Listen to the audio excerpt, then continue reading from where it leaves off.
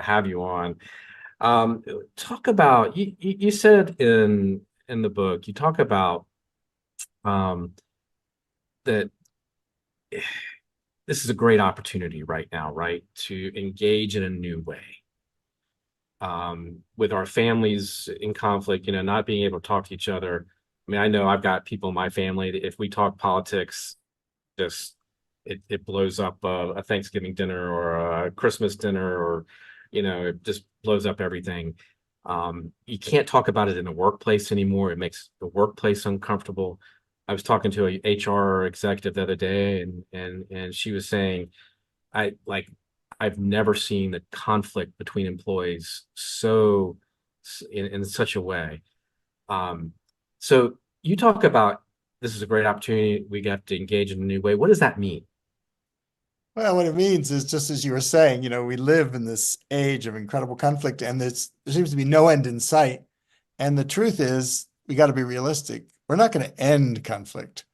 We can't end it, nor should we in one sense, because in one sense, any change in the world, any injustice needs to be dealt with. Any growth, personal Right. growth, organizational growth comes about through people engaging their differences. And so the choice we face is not about ending the conflict, it's about transforming it. It's about leaning into it rather than avoiding it and dealing with it in a constructive, healthy way rather than the destructive way we often associate with conflict, which is an eye for an eye and we all go blind. Somebody's got to win, right? It's a win. Somebody's got to win. And then what happens is everybody ends up losing. I mean, you may win a battle, but in the end, everybody loses the Right. war. If you think about it, conflict, I'm an anthropologist by training. Conflict is natural. It's part of life. It's what makes for the best decisions. It's what makes for a vibrant democracy. What makes for a vibrant economic marketplace. So, so we need it, but we need more of the conflict where we listen more than we talk. We bring our creativity, we bring our collaborative skills, we turn it into something where actually we engage and we come up with better decisions than either one of us would have come up alone. That makes a lot of sense to me. You talk about in the book um, about needing more conflict, right? I think I said that in the opening.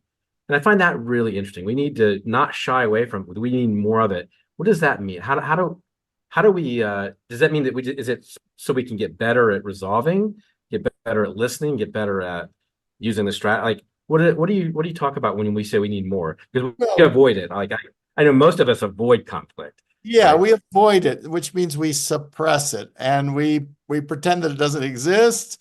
We get very Okay. tense. We suppress it Okay. and pretending that it's going to go away. In fact, it only gets worse and then it blows up, right? We Right. fall into what I would call the proverbial 3A trap, which is we avoid for a while, we even accommodate, kind of give in, Yep. and then we Yep. lose it and we go on the attack. Those are the 3A's. Avoid, accommodate, attack. And none of them really lead to satisfying resolutions for us. And what Mhm. I find is that paradoxically, we need to almost like welcome the conflict. I mean, that's hard to say, but Yeah. welcome it, embrace it with curiosity, with creativity, and looking for, okay, you've got your point of view, you've got your interests, I've got mine, and someone else has got theirs. Now, how do we deal with it in a way that works out for all of us? And that's the challenge. But it's all of us on the same side of the table facing the problem, the difficulty, and all its difficulties, rather than across the table in a confrontation, the fisticuffs, and we know where that all leads. Right. And the name calling and everything else that's Yeah. clearly Blame acceptable, game. right? That seems to be acceptable today, right? Yeah. Um, to me, it's is this something? I mean, is it about and I look at it from a business context as a CEO or a leader in a leader context. But are these skills that the tools and the things that you talk about in the book, are they easily learned? Can you talk about some examples of how people have applied these and been successful at resolving an issue, maybe in the workplace, maybe in some other context, even global context, maybe. But can you talk about that? For sure. First of all, I would say these are these are innate human capacities. They're inside of us. We know them. We just need to develop them. Like, we think of negotiation as talking, but actually negotiation turns out to be more about listening, because it's by listening that you can figure out what the other person wants. It's by listening, showing a little bit of respect, that you can create the relationship that allows you to deal with a difficult situation. So yes, let me give you a business example since you mentioned business. I was called in to help a fellow who became a friend of mine who was a business leader. It was a major company, and he was in a big battle with his business partner over control of the company. They couldn't agree on the direction of the company, and they were in a huge battle, and it gone on for 2.5 years, and they turned to lawyers, and there were lawsuits and arbitrations. It spilled off into the press. There was character assassination in the press. Yeah, this is Latin ugly. America's largest retailer. And when I sat down with him, I said to him, Abilio, I sat down in his living room, and I said, tell me, what do you want? And like any good business leader, he knew exactly what he wanted. He wanted a certain amount of stock. He wanted the elimination of the 3-year non-compete clause. He wanted the company headquarters. He had his whole Yeah. list. I said, but what do you really want? And this is the key in negotiation, is to go beyond the positions, the things that people say they want, the money, the dollars and cents. What do you really want? So he hadn't been asked that question. He thought about it for a minute. He said, you know what I really want? I want my freedom.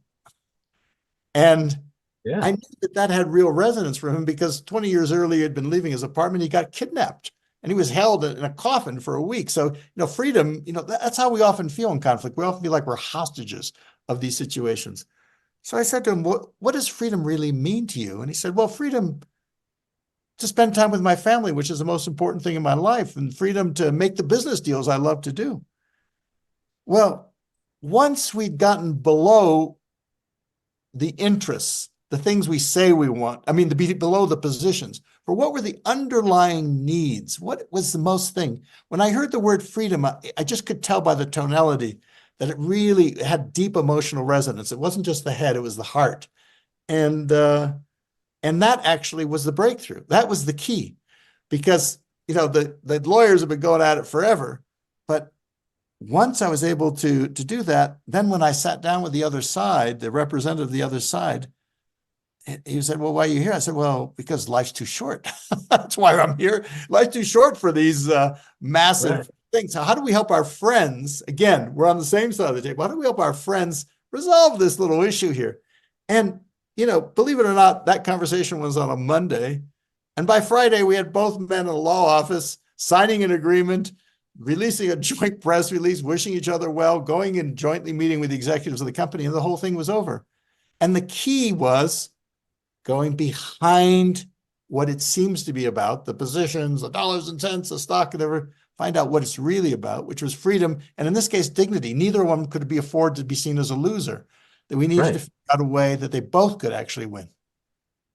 Is it so? I mean, that tells me it's really almost about finding common ground to start with, right? It is. It is. I mean, interesting, when you go below, it's like an iceberg. The part of the conflict that you see on the surface is part of the surface, but the iceberg is a lot bigger.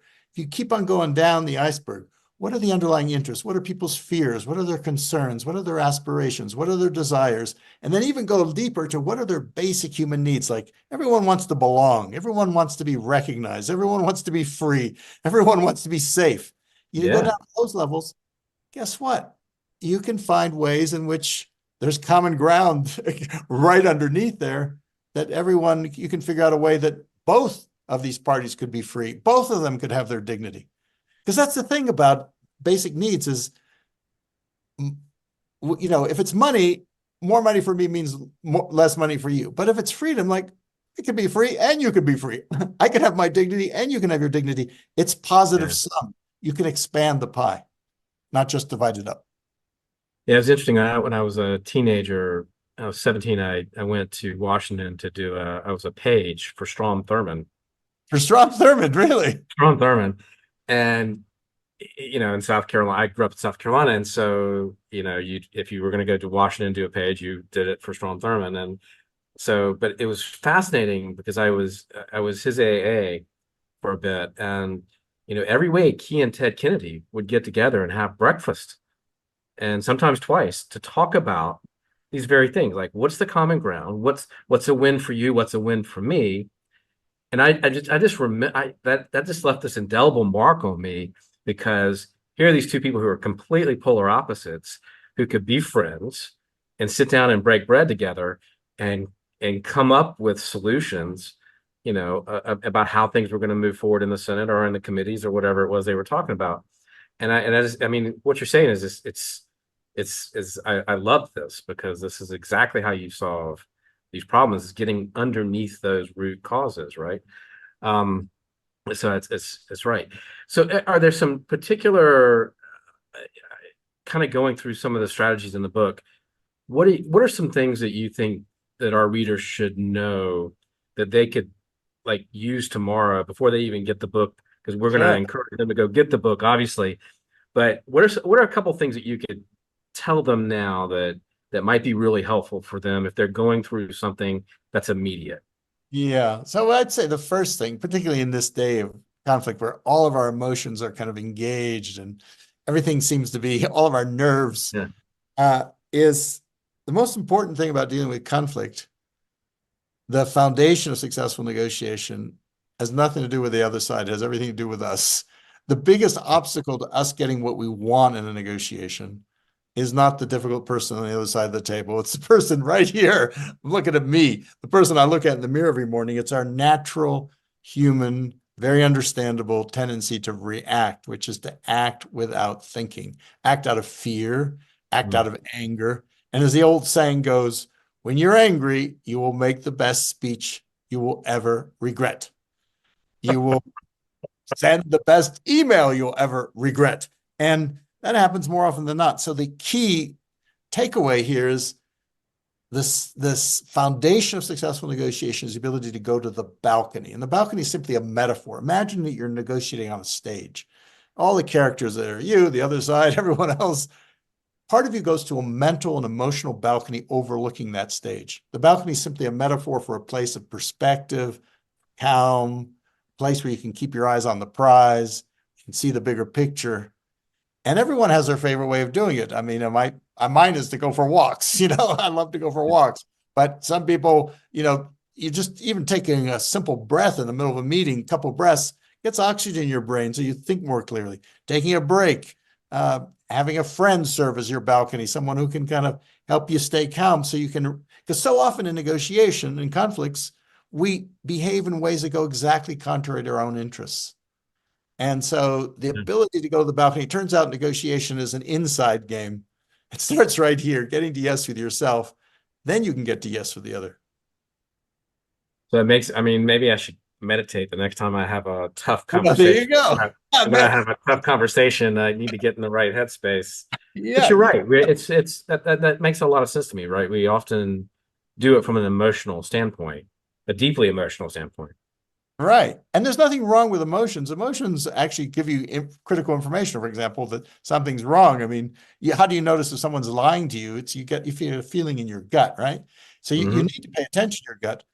It's not about not having emotions. It's about who's in control of emotions. Are your emotions in control of you, or are you in control of your emotions? And the way to get in control of your emotions is the ability to go to the balcony. I like that sort of visual. I'm a visual person, so that's a great kind of visual, right? You go to the balcony. Um, you've done some very high stakes negotiations in places like the Middle East and Ukraine. Can you discuss some of that work and how that played out and because I'm just obviously I'm fascinated. I work and have lived overseas for a long time, and so those kind of things are really those sort of big high stakes things that those big conflicts that we hear about. Can you talk about those? Well, I'll give you an example from the very beginning of my negotiation career, but it actually has to do with the Middle East because right now people are looking at the Middle East and it seems like, wow, that situation impossible. And beginning with a surprise attack on October 7th. And when I was starting off, there had been a surprise attack on Israel in 1973 on Israel's holiest day. Yeah, Again, Egypt right, attacked Israel right. and uh, and it thousands dead and it seemed existential. And yet and there'd been 4 wars in the previous 25 years, and it seemed like there was going to be another war. And Right. yet, in the middle of that mess, out of that mess, a new possibility emerged. And when Jimmy Carter became president, he said, "Okay, I'm going to take this on," and whatever. And he went around, and it Right. was impossible.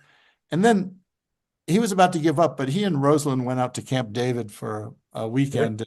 She said to him, "Why don't you bring him out here?" You Yeah. know, The Camp Camp David David, Accords. Right. Yeah. balcony, Right. get them way away out of their office, get them way out of the Middle East, whatever. So he did that. He brought them there. And the first 3 days, the president of Egypt, Anwar Sadat and Menachem Begin couldn't get along with each other or whatever. They're about to give up. And then Carter turned to Cy Vance, who was the Secretary of State, and said, "Got any ideas?" And Cy Vance pulled out of a briefcase a little memo that my colleagues and I at Harvard had written about an innovative way of an innovative process, because just trying to use creativity, not just for better machines and better software, but for better negotiation methods. It's called the one text process. And Vance had met my colleague Roger Fisher on a tennis court in Martha's Vineyard about 4 weeks earlier, and Roger showed him this book that Roger and I had written that had this idea in it. So, and it's basically a very simple idea. Egypt and Israel came with their positions, like we do in negotiation. Right. Egypt wanted the entire Sinai back. Israel wanted to keep a third of it. And normally speaking, in a negotiation, you kind of divide the line between, you go back and forth, but no one wants to make concessions. No one wants to make the first concession. No one wants to show weakness. So the Americans, using this other process, which we call the one text process, instead turned to the Egyptians and Israelis and said, "Keep your positions. You can relax. We're not asking you to change your positions. Just tell us what your interests are. In other words, go below the iceberg. What are you really concerned about?" And for the Egyptians, they wanted sovereignty. The reason they wanted the Sinai back, which Israel had occupied in the previous war, was, the land had been there since the time of the pharaohs. They wanted it back, the sovereignty. Okay. Right. What were the Israelis concerned about? Security, of course. The Security. tanks had rolled across. So then the question became, how do we give Egypt sovereignty without, and Israel security? When you go that, it's the same methodology. They came up with the idea of a demilitarized Sinai. A Sinai where the Egyptian flag could fly everywhere. Egypt got the entire Sinai back, and Israel got security because it got a buffer, not just of a third of the Sinai, but the Right. whole. And that became the basis of the Israeli-Egyptian peace treaty that has endured to this day, 45 days later, through assassinations, coups d'etats, revolutions, everything. It still exists today.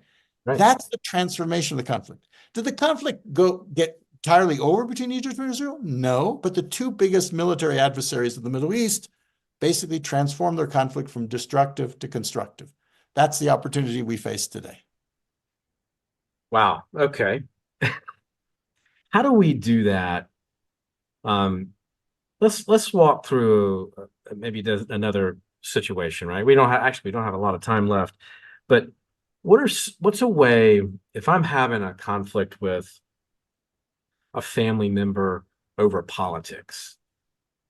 How do I de-escalate that so that we can have a civil conversation about politics? Is there a way to do that? Well, I would go back to first thing is go to the balcony because you Hmm. understand that you might get triggered, right? So you got to stay, go for a walk beforehand, do whatever you want, meditate, whatever, get prepared before that Thanksgiving dinner, and then think about listening. Listen before you speak. In other words, let them speak. Listen, meet animosity with curiosity. And the thing you could tell them when they're kind of, they go on their thing and why they're in favor of this candidate or whatever it is, the best the best thing to say is, "Tell me more." Rather Ask than questions, react, ask questions, ask tell me questions. more. Be curious. Like, why do you think that? And what makes you say that? And whatever. And just bring that curiosity, which is the kind of from the balcony. Bring it that. Once they feel heard and listened to, then they might say, "Well, what do you think?" And guess what? If they've been listened to, guess what? They might have a little more of a chance of being willing to listen to you. And then you have a little breakthrough. that's the thing, right? I that's what I think I was looking for in that is I think people want to be heard, right? And I feel like You. that's the maybe that's the key. That is the key. I mean, so much of what's going on right now is people feel they don't feel seen, they don't feel heard, they feel like they've been Mhm. diminished or demeaned. That's why the cheapest concession you can make in any negotiation is to give the other fellow a little respect. It may, their dignity may mean nothing to you, but it means everything to them. And so, and the easiest way to do that is to listen. That's by hearing them. And not just listening, as we often listen, like, okay, I'm going to hear their words so I can refute what their words are. No, listen by putting yourself in their shoes. What does Yeah. it feel like to be in their shoes? How would they happen to, given their life story, given what's happened to them, how do they happen to have the opinions that they have? Why do they feel so strongly about it? And always behind it, there's something there. Once you get that, once you are able to empathize with them, guess what? It makes things a lot easier then for them to hear you. That's so true. Your path to possible is integrated into Harvard's negotiation program. What impact do you want this to have on the next generation of negotiators and mediators and people who do this for a living? Well, Rhett, when people ask me, say, you've been wandering around the world for a long time working in these tough conflicts. After all this, are you an optimist? Are you a pessimist? And I like to answer actually, I'm a possibilist. In other words, I believe in human possibility. I believe, of course, conflict can bring out the worst in us, but I've also seen it bring out the best in us. I was in, South Africa in the 80s, apartheid, race war between blacks and whites. And guess what? Mandela was in jail. In 5 years, that situation transformed. I was in Northern Ireland, Catholics and Protestants. Oh, this is a war is going to go on forever. They've been killing each other for generations. Religion's involved. They eat the they drink the conflict in their mother's milk. Guess what? They shifted. The conflict didn't end, but the fighting did. That's the transformation of conflict. So my dream right now is in the next generation is a generation of possibilists. In other words, people who believe in human possibility, who take our innate human talents of curiosity, creativity, collaboration, bring it to bear on the world's toughest conflicts. And then we've got a chance. We got a chance to kind of create the world we want for our children and grandchildren. So two questions to wrap up. One is, what was there an instance or an incident or a negotiation you were part of or mediation that you were part of that sort of prompted this book? And who did you really write it for when you sat down to sort of put this on paper, so to speak? Who was your intended audience? Well, this book had its origin in a walk, a hike, actually in the Okay. mountain in Colorado with a neighbor of mine, Jim Collins, who's known as the kind of Yep. business Yep. classics like Good to Great. And he turned around at one point. He said, "Well, you've been wandering around the world. The world's in a tizzy right now with all this conflict." He said, "Do you think you could sum up everything you've learned?" And here was the clicker in one single sentence. And I looked at him. And I said, he said, "Yeah, Darwin could, or you could, So I went back and thought about it on my next walk, and I came back to him and I gave him, tried out my sentence. He said, "Well, that's good." He said, "Now go write the book." What was So this? What was this? What was the sentence? the sentence was the path to possible. How do we deal with these Mm. impossible conflicts? The path to possible is to go to the balcony, and then that's the negotiation with yourself.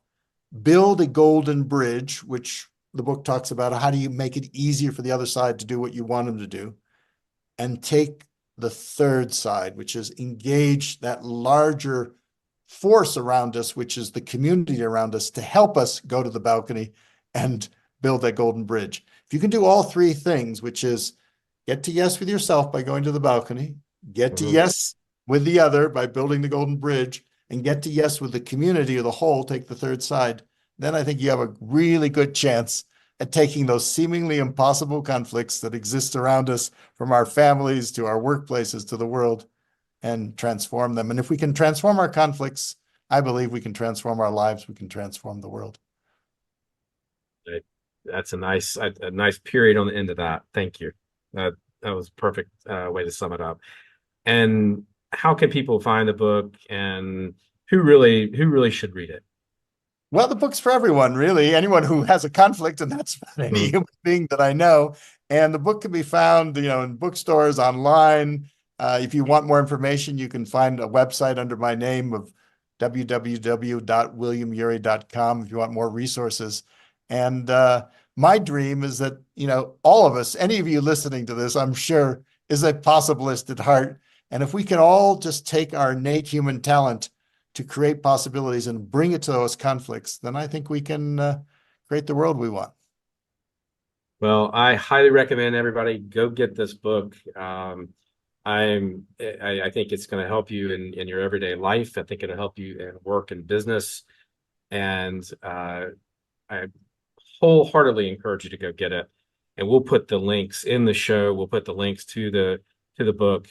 And it's gotten great reviews. It's gotten great accolades from people you know.